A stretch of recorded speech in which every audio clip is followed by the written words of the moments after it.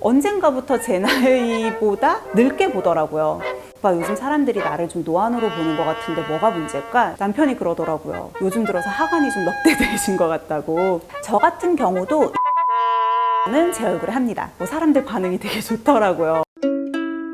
네, 안녕하세요. 가정의학과 전문의 민혜연입니다. 날씨도 정말 좋아졌고요. 또 여기에 걸맞게 이제는 실외에서 마스크를 벗을 수 있는 때가 또 드디어 왔는데요. 아무래도 확실히 마스크를 벗게 되다 보니까 많은 사람들이 피부 고민을 부쩍 더 많이 하시는 것 같아요.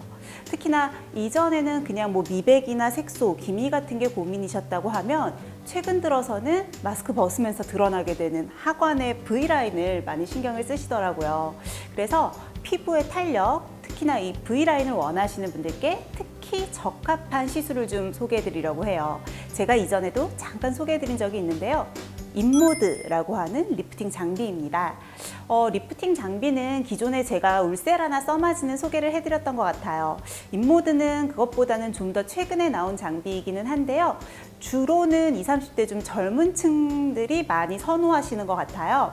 인모드는 일단 이스라엘 제품이고요. 팁이 여러 개가 있어서 팁마다 약간의 특성이 다르기는 한데 일반적으로는 지방세포의 사멸을 유도해주는 HVP라고 하는 좀 독자적인 기술을 갖고 있는 팁이 있고요.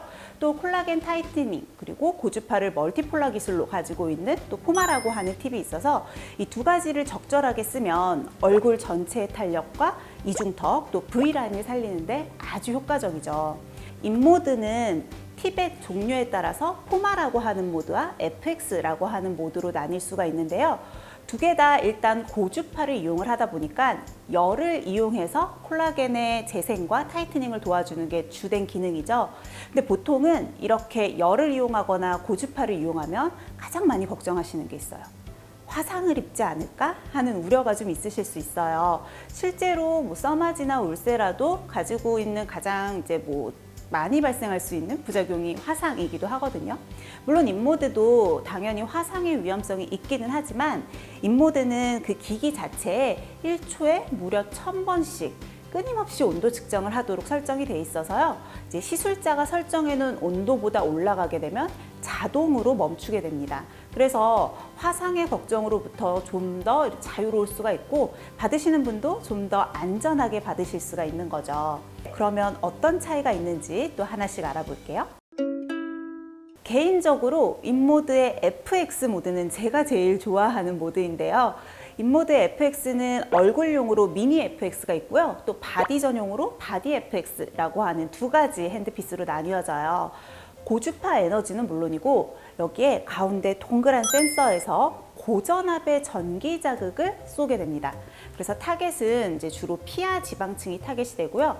특히나 피하 지방층의 하부에는 스마스라고 하는 섬유근막층이 있어서 이 부분을 적절하게 자극을 하면 콜라겐의 재생을 또 도울 수가 있거든요. 그래서 불필요한 지방세포는 사멸시키면서 콜라겐의 재생까지 유도할 수 있는 일석이조의 효과가 있는 거죠. 미니 FX 같은 경우는 주로 이제 이중턱이나 하관 라인들을 정리하는 데 많이 쓰게 되고요. 바디 FX는 이 미니 FX보다 팁 사이즈도 훨씬 더 크고 또 에너지와 온도도 훨씬 더 높게 설정을 할 수가 있어요. 그래서 바디 라인, 특히나 하복부 쪽이나 팔뚝살, 그리고 허벅지, 옆구리 이런 부분의 라인을 정리하는 데에도 아주 효과적입니다. 그 다음으로는 포마라고 하는 핸드피스가 있는데요. 포마라는 핸드피스는 고주파 에너지를 진피와 표피층으로 조사를 해주는 거예요. 핸드피스 자체가 약간 펜처럼 돼 있어서 이렇게 초음파 젤 같은 걸 바르고 롤링 해주면서 쭉 들어가게 되거든요. 이 포마의 최대 장점은 통증이 없다는 거예요.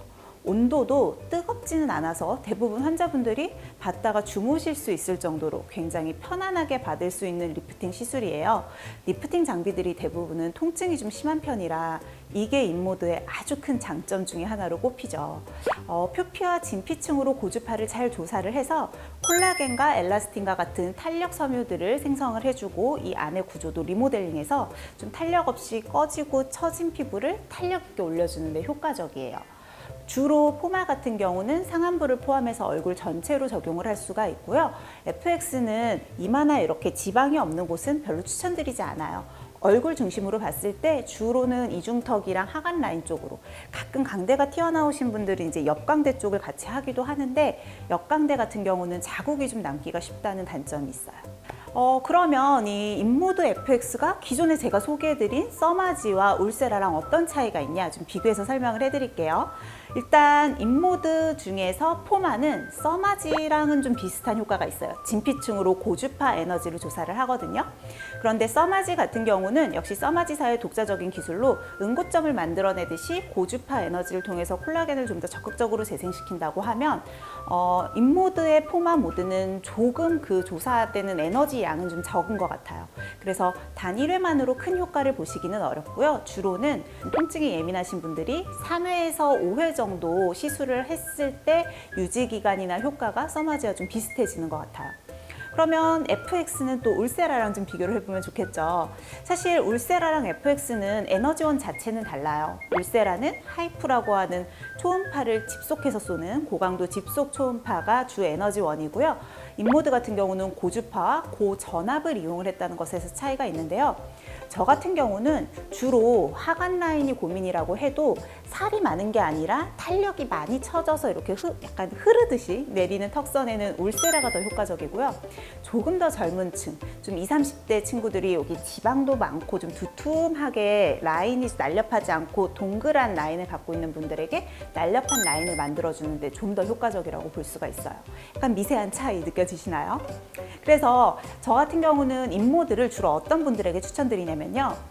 일단은 이중턱이 심하신 분, 이런 분들한테는 인모드의 효과가 굉장히 즉각적이고 좋은 편이에요. 그리고 하관에 살이 많고 탄력이 떨어져서 턱선이 좀 늘어졌다라고 고민이신 분들에게도 좋고요.